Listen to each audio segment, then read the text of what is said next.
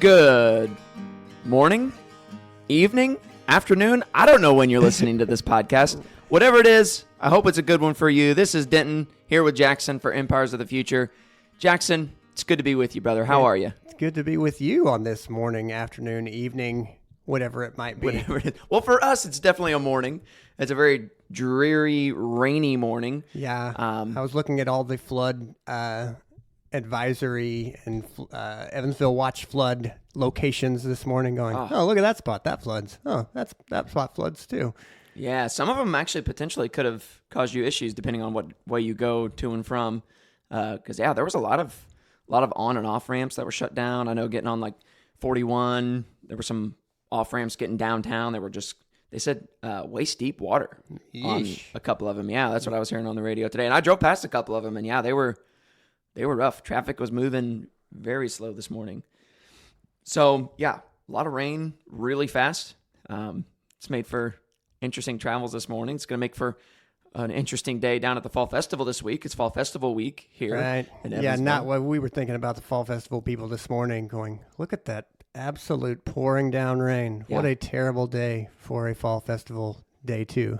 Yeah. Oh, yeah. And, it's supposed to be raining, I think, good portion of the afternoon. Right, but then it looks like clear the rest of the week, so you endure today, and then it should be great. Yeah, so that's good. But, other than that, man, things are going well for you, I assume?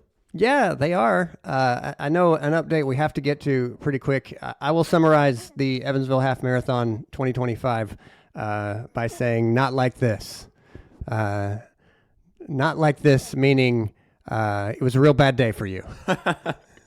It was a rough day for me. It was a good day for you, though. Yeah, I felt really good. I ran really well. Second fastest time I've ever run, and so. Now remind me, what was your overall time, and then what does that come out to as your average pace per mile? Mine was not. I'll say this, not my best half marathon yet.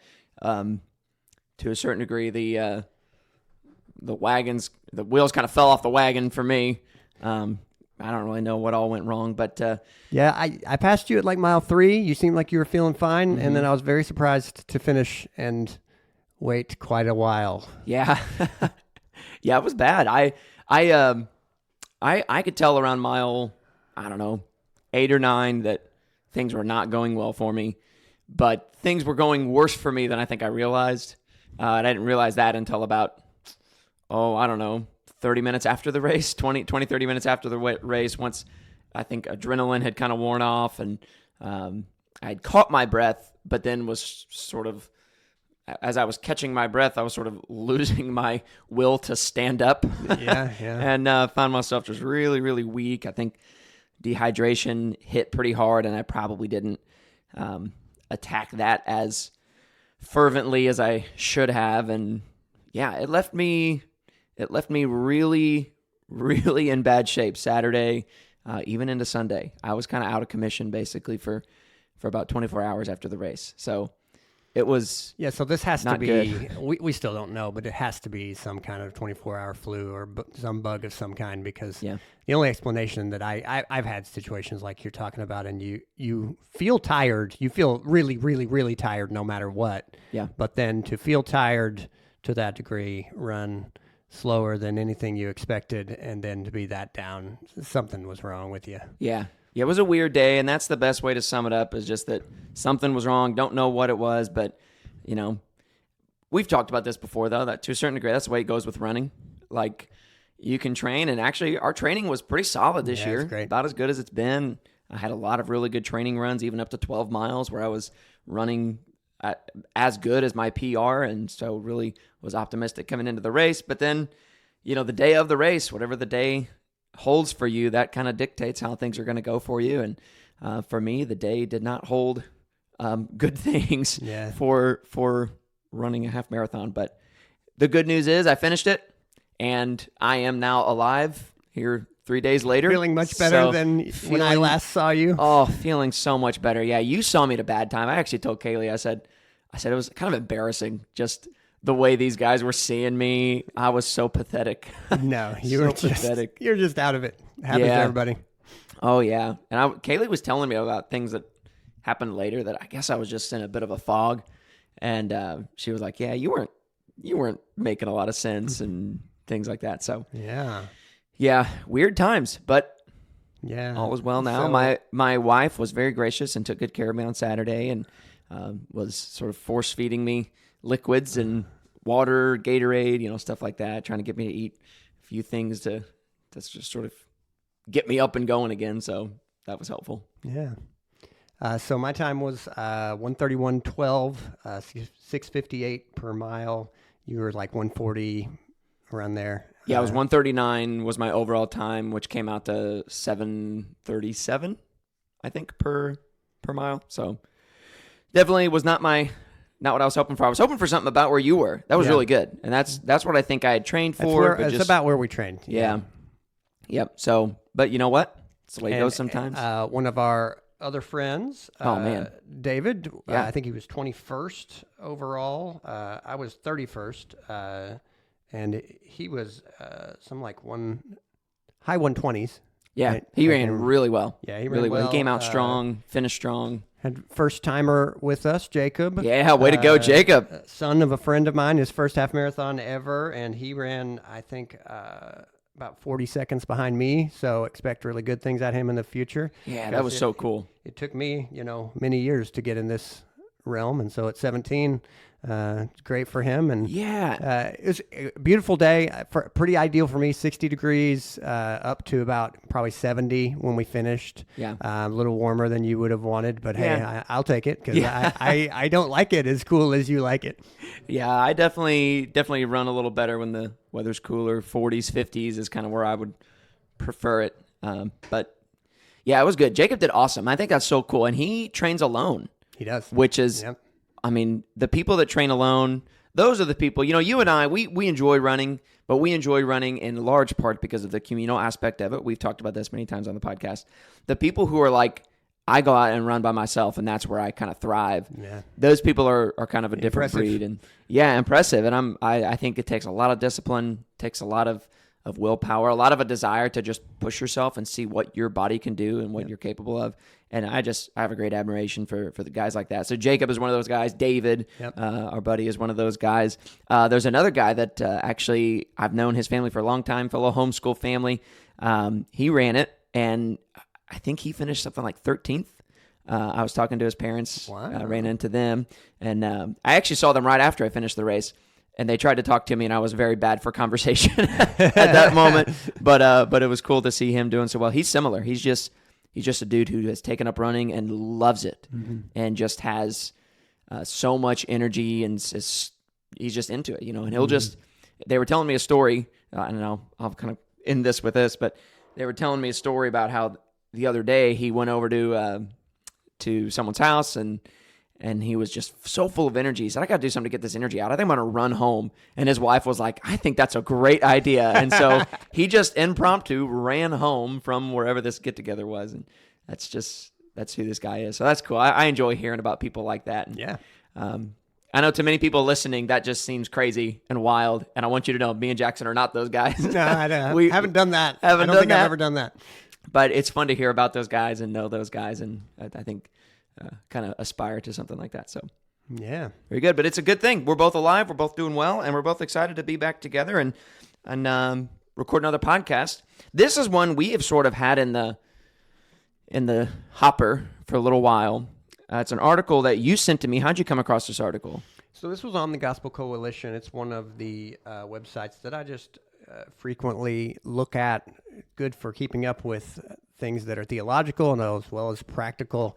And this is a category of article that I read it and I went, yeah, thanks. I didn't know anything about that whatsoever before you told me. And that really was the reason why I sent it on to you, because that's one of the qualifications, I think, for what makes for a good podcast for us to talk about, is that I just assume that if I have not heard or thought about it and it seems important, that others haven't heard or thought about it, and it's probably important for us to think about.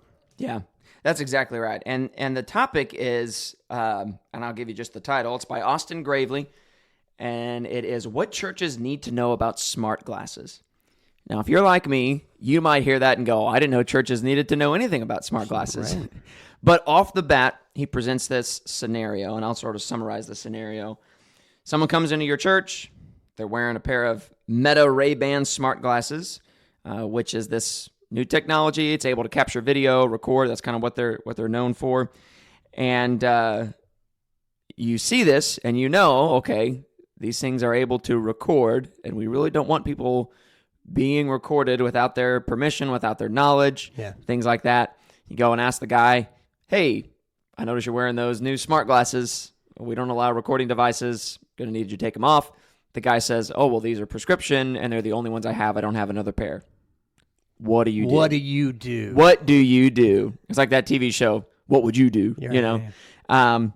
And this was a real scenario that happened in an actual church that I believe Austin said he was a part of or heard about. Yeah, church of a friend of his. Oh, yeah, that's right.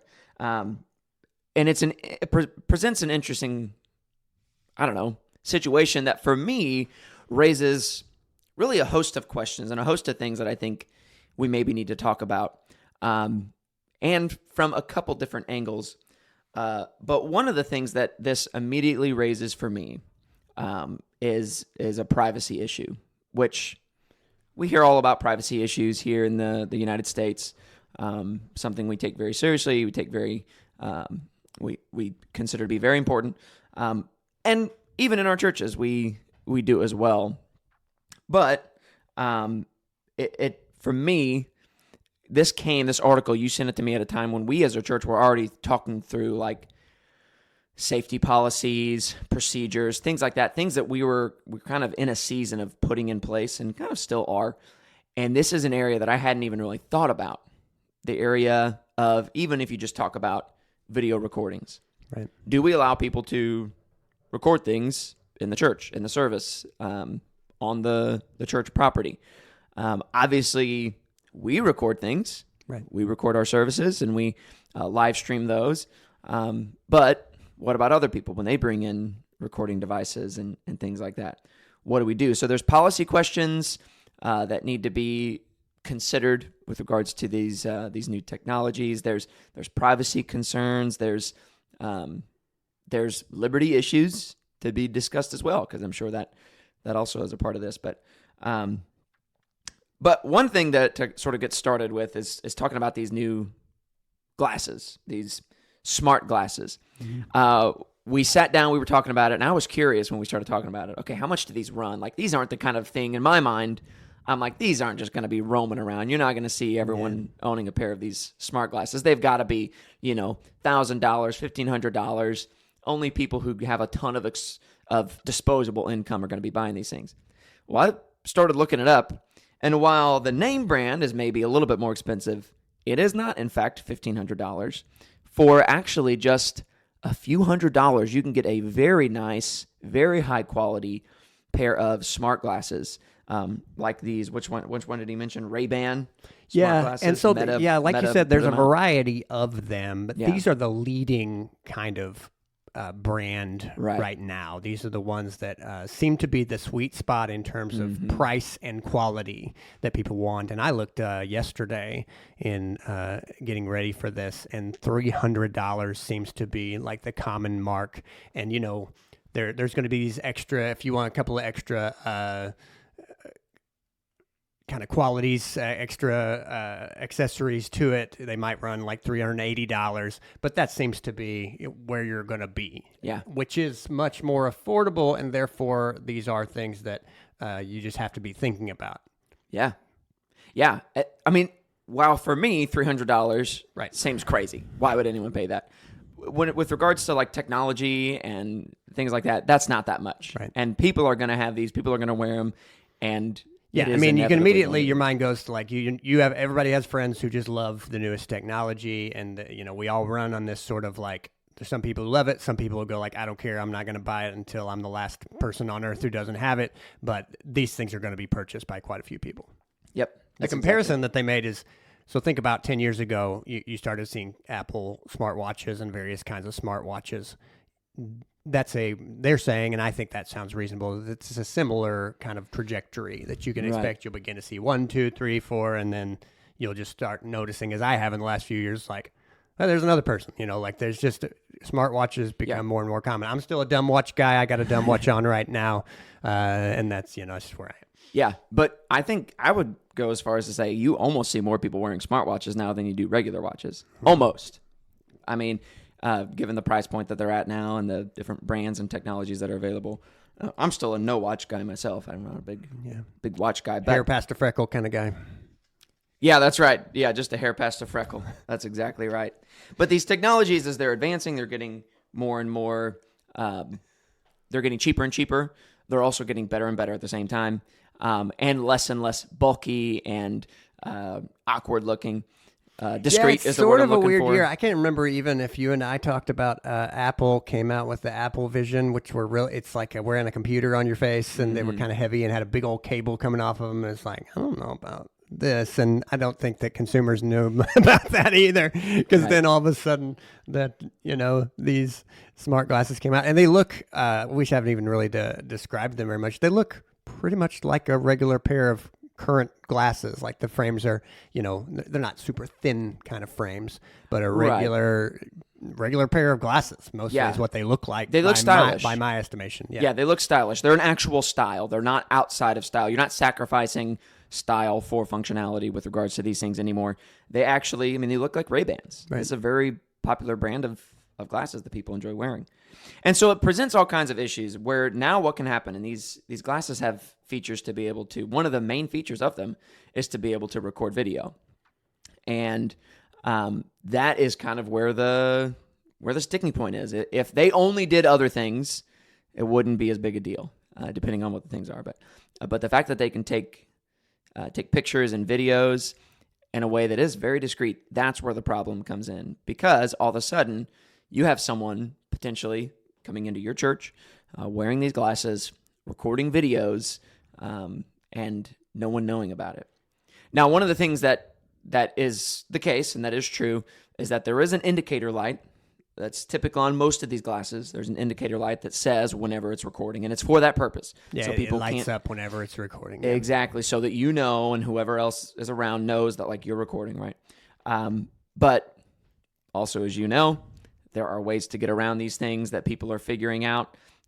Just as quickly as the technologies are advancing, people's understanding of the technology and ways to sort of bootleg it are also advancing pretty quickly. Yeah, disable the indicator light, whether through hardware or software means. There's all the people have been searching on the internet, and then there's drill here, and that will disable the light, because they obviously put in the light because they know it's a problem if you are just walking around recording people willy-nilly. And so they're like, don't worry, we'll solve this. We'll make a light turn on whenever you're recording. And then people immediately are going, well, don't worry, I'll just disable that light because I would rather be able to do whatever I want.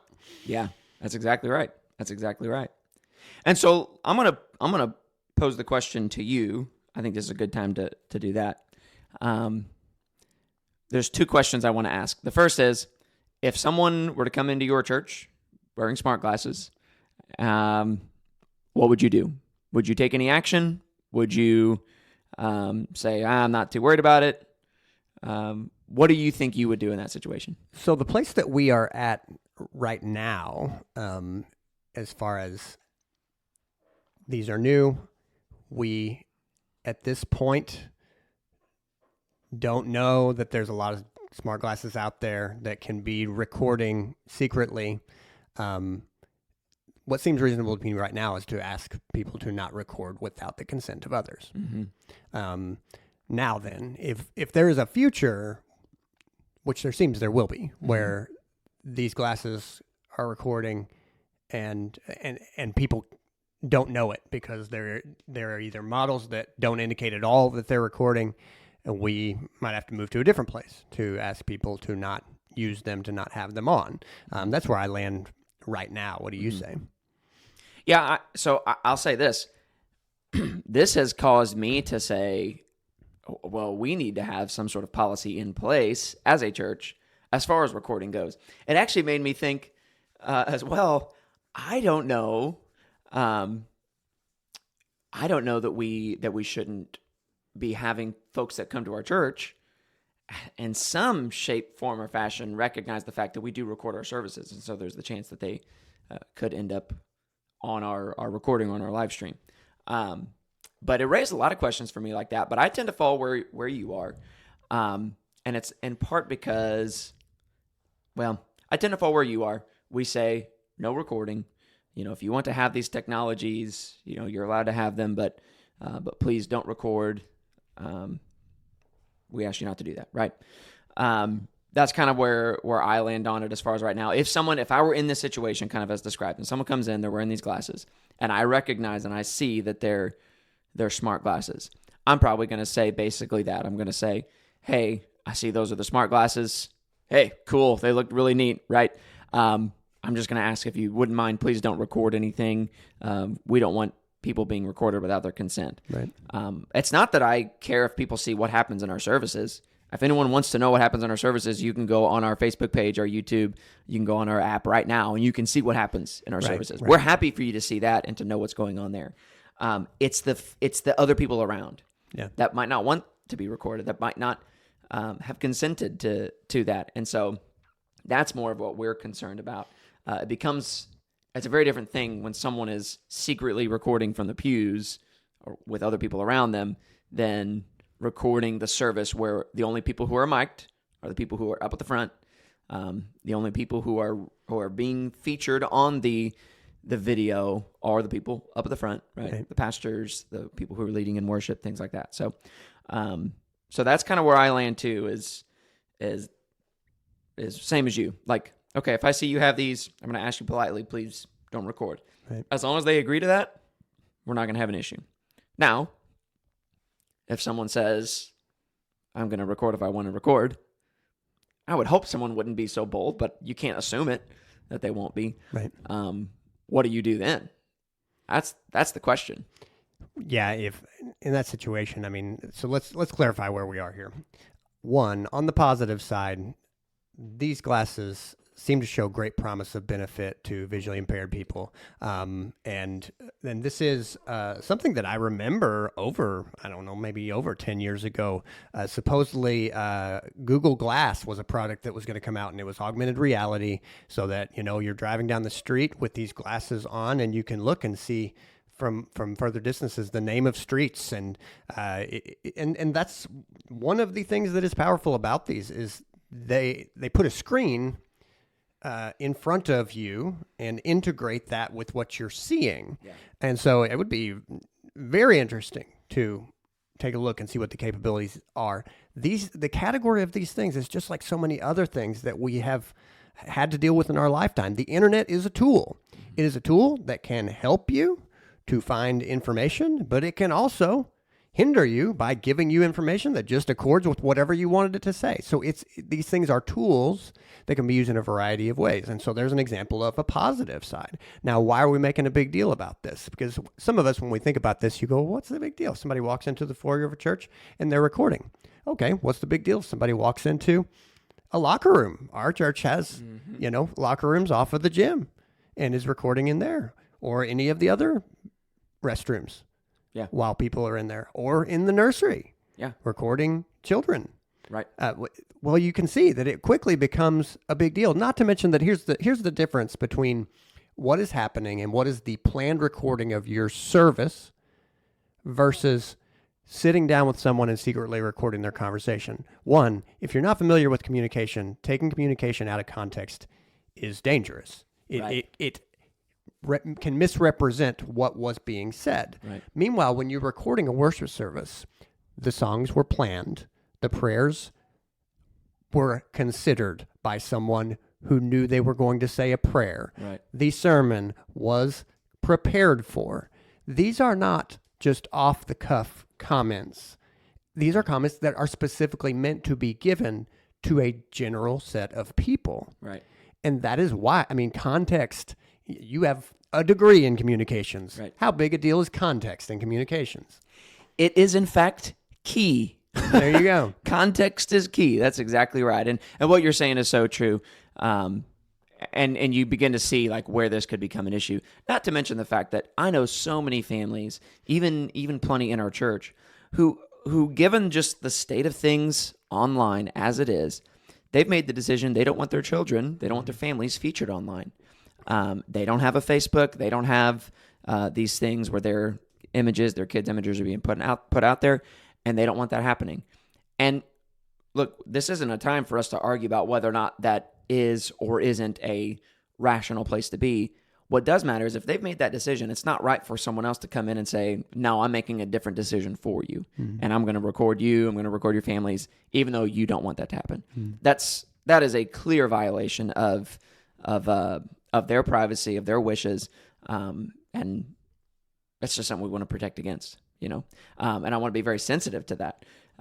And so I think there is so much of a danger there with that. Even, like you said, even outside of, obviously the extreme is someone could walk into a bathroom, someone could walk into a locker room, situations with these glasses on. But even just walking around and engaging with people, with children, with things like that, there's all kinds of footage and stuff like that you don't want them to be able to take and record and then distribute to, whoever they might want to. So very problematic, very, very, very dangerous. And so, yeah, I'm opposed to it. You mentioned something that I think I did want to talk about a little bit, and that is there any value to these things at all? Should we just ban them outright? And a point that's made in the article, and I think is good to recognize, is that it's not that these technologies are just completely vanity, for vanity purposes. There are actually features to them, especially with the inclusion of AI. That's a huge part of this equation here with these new smart glasses, is that they include AI. There are benefits to people who need help. Yeah. It provides a certain amount of accessibility that wasn't there before. And I'll give you an example for people who are seeing impaired. These glasses have a feature, an AI feature, where they can describe for you what's happening, what you're seeing. Yeah, I want to see and experience how that works exactly. And I have known, and you have, I'm sure too, people in the church who lose their vision as they get older.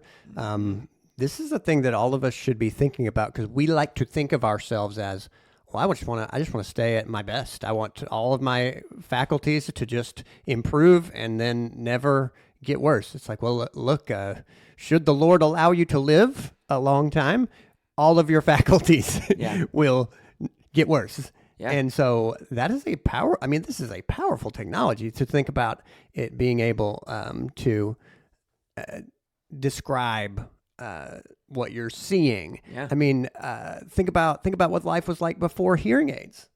And now people who have access to hearing aids can go from not being able to experience one part of reality in hearing, or being able to experience, say, 5 or 10% of the reality of hearing, and then hearing aids are able to increase and return some of that capability. Mm-hmm. That's amazing. Yep, that's exactly right. Or another example that I think about, we use, we do actually have some hymnals. This is kind of funny. We just recently purchased some new hymnals, but we only got a handful because that's kind of what our budget could support. And we got them more for like various smaller gatherings that we have, where we can bust those out and use them. We don't have to put together a whole presentation, whatever. But we use the screens. We have screens up at the front, and they're large televisions up on the wall. And but the fact of the matter is, we can make that lettering a certain size on the screen, but we can't make it any bigger. If someone is having a hard time seeing, with these glasses, they can have what is up there on the screen, the words that we're encouraging them to sing. They can have them magnified, and they can join in and sing along better. Yeah. And like, as a pastor, as someone who really sees a great value in corporate worship, I say, man, that's a great thing. I want them to be able to see the words and be able to sing along and worship along with their church family. And so, like, the accessibility portions of it are there, and they're undeniable. Mm-hmm. There is a value there to be had. And so that's what we kind of have to weigh between, okay, how much do we in caution sort of push this off and deny it, versus how much do we sort of allow for accessibility reasons? Because there is a valid excuse. That doesn't mean everyone that comes to your church wearing AI glasses has one of those valid excuses to have them. Right. But there are valid excuses that have to sort of be accounted for, and why we're not just saying this technology, bundle it all up together and throw it out. It's all terrible, right? There is a value to it. And so I think it's good to recognize. But the question still has to be answered by the church, by the leaders of the church. As this new technology is becoming more and more prevalent, more and more present, how do we protect our people? How do we keep our people safe? Yeah. Which is a question asked by Austin Gravley in the article, and one that we need to think through as well. And here's kind of what he says. I'll read a little bit from the article. He asked the question, how can churches keep their people safe? To keep attendees safe on Sundays, this is what he says, we must first acknowledge a scary truth. An individual with harmful intent only needs to succeed once to create a lifetime of suffering. I'm going to stop there. That's pretty true. It is. That's pretty true. It is. And our danger is we like to imagine, and this is often our experience, that people don't have any harmful intent, but some people do. Yep. And there are unfortunately many different kinds of harmful intent. Yep, that's exactly right. And he goes on to say, thankfully, churches can take 3 steps that he's about to outline, 3 steps to greatly reduce the risk of a predator using smart glasses to harm people who come to the church. And we're going to talk through these a little bit. But before we do, I want to say this. You and I have talked about this before. And as a church, as churches, as leaders of a church, we have to take into account, I wish we didn't, but we have to take into account the fact that there are indeed predatory people that are interested in the harm of the church, the harm of the people at the church, ill-gotten gain, these kinds of things. There are people, unfortunately, in this world who wish to do Christians harm. All these things are true. However, at the same time, we have to weigh and balance the security risks with the ministry ability. In other words, you could go to one extreme side of, hey, we have to take security seriously, to where you are locking people out of the church, you are making it very difficult to gain access to come and participate in worship, right?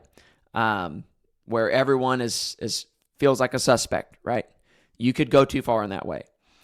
You could also go too far and say, the other side, nope, no security is needed. We're trusting the Lord completely. We don't need to worry about anything else, right? There's kind of 2 ends, but we as leaders of the church, we have to fall somewhere in the middle to say, no, we take seriously the safety of our people and those who step foot in this church. We're going to do what we can to help take responsibility for their safety, their security, while at the same time making sure that this is still a place where people can come, where they can feel welcome, where everyone doesn't come and feel like a suspect. We can't do a background check of everyone that walks in our doors. It's just not possible. So there are going to be people that come in our doors that we understand. If they were background checked, maybe we wouldn't love having them around, right? These are sort of the realities that we have to deal with. But I think having things in place is good, because it does help us know how we can protect our people, but it also helps us protect the church from things like lawsuits if something should go wrong. Having these policies established is pretty important. Would you agree? Yeah. Yeah, good. I figured you would. Here's what he says. These are the 3 things that Austin Gravley lines out as particularly helpful for dealing with smart glasses. He says, include specific language about smart glasses in your church's photography policy and standard operating procedures for security. That implies that your church does have a photography policy as far as part of their standard operating procedures. And so your church should have that, and you should include specific language about smart glasses. I think it's really important. Because you don't want it to be the case that someone could come around later after being told they can't have their smart glasses and being able to say, well, there was nothing in the policies and procedures about that, and so they had no right to tell me I couldn't have mine. Right. You want to include specific language so that you're covered in the case of an issue coming up, right? Number 2, educate volunteer teams about your church's policies. Not only do you need to have those policies in place, the people who are working, who are volunteering, they need to know what those policies are so that they know how to act. Right. If it's all comes down to just one guy at the top knowing the policies and catching everyone that is breaking them, that's not going to work. Yeah. These policies have to be well known throughout the entire apparatus of volunteers and workers, so that everyone knows what they need to be doing in order to keep them safe, in order to keep the children safe, in order to keep everyone in the church safe and protected. Right. Anyone who functions in a capacity of security for your church should know these and be ready to speak to them. Greeters should know about them, even if they're not expected to enforce from a standpoint. You don't want a greeter saying, no, I think it's fine, because they don't know that you have a policy on this. Even if it's not their responsibility to do something about it, they're going to be present, and so people need to be aware. Right. That's exactly right. And then his third thing I think is also important, and it kind of gets back to the other side that I was talking about, where we balance security with freedom to minister. And the third thing he says is to proactively ensure that visually impaired people are welcomed and served by your church. And I think this helps to bring balance to the whole article, to say we understand that there are accessibility issues here that we might be talking about and dealing with, and someone who otherwise wouldn't have the kind of access that these glasses give them, they now have. We want to be very aware of that, and if possible, I think we need to be asking the question, are there ways that we can accommodate for these people so that the glasses aren't necessary? Yeah. And I don't know exactly what all that might mean, but I think there are ways that we can think through it and find out. One thing that I've sort of thought about, if we feel like there are folks at our church that might come who are visually impaired and can't, for example, read the screen and therefore sing along, having it in some form where they can see it in large print up close might be a good sort of option, a good alternative for those people, giving them accessibility without the need for these smart glasses. I know there are some churches that have almost like personal amplifier devices, almost like a personal hearing aid, but it's connected through the microphone, the sound system, where folks are hearing impaired and they need it to be just a little bit louder for them. Yeah. They can take one of these, put it in or on their ear, and they can listen as they watch the service as well. There are various things that are available and out there, and some of them cost money, some of them don't. Some of them are very cheap, free. But thinking through, how is it that we can make sure that even without these glasses, what we're doing here is accessible to those people who are hearing impaired or visually impaired. I think those are good things to say. How are we serving these people? Right. These are the kind of questions actually churches ought to be asking about all kinds of groups, not just visually impaired individual. How are we making sure that we're serving them well? If they do show up at our church, what are we going to do? We ought to be asking those kinds of questions in general. And then he concludes with this, and I think this is a very good and important conclusion. He says, don't wait until an incident occurs in your church to decide how you'll handle smart glasses. Be proactive in keeping your church hospitable and safe. And I think we're talking about smart glasses, but I think that is a good thing across the board for all kinds of things. When you're thinking about policies at your church, and one that I know for me personally, I'm like, there's a lot of things that we need to think through. That's a big pill to swallow, because there's a lot of things that could go wrong in a church service, a lot of contingencies to try and think through. And sometimes as a pastor, I'm more concerned with, am I meeting new people and am I engaging with these folks? Like, I'm more concerned about other things, and things like safety issues and procedures can sometimes move to the back of my mind. It's good to be reminded that, okay, while these things might not be the heart and soul of what we're about as a church, we do still have to think about them. We have to give them serious thought. And so it's a helpful reminder, I know, for me as a pastor. Absolutely. And I think it's helpful too for folks who are out there. Maybe you're one of those folks who, maybe you have a pair of smart glasses, and maybe you've been thinking about using them, coming to church and using them and trying them out. I would just encourage you to not just think about, okay, I've got this new piece of technology, I want to have fun with it, I want to do stuff with it, but also think about the folks that are around you. Think about how it is that you can be considerate of others as you are coming to church, as you are engaging in. We're talking about the church, but this kind of applies across the board, whether you're in a coffee shop, workplace, these kinds of things. You ought to be asking yourself the same sorts of questions. Not going around recording everyone. But what do you think, Jackson? Are there any other thoughts that you have regarding church policy, smart glasses, otherwise? No, what you have here is another new tool that does have benefits, but it has dangers. And I don't think any of us feels like we just immediately know what to do about these new devices. We've all lived through a bunch of new devices coming. We've lived through devices coming, being popular, and then going away at this point. And so it's hard. Nobody has this perfect knowledge of what could go wrong. And we all like to think about all the things that could go right.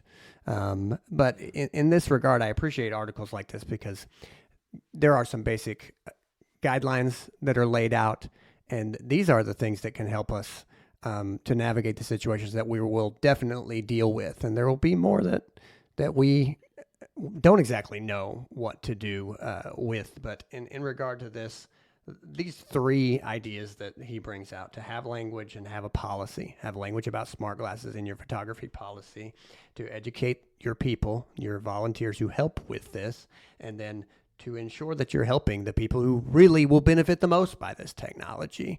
That is a great set of ideas for us to think about all kinds of technologies that we have.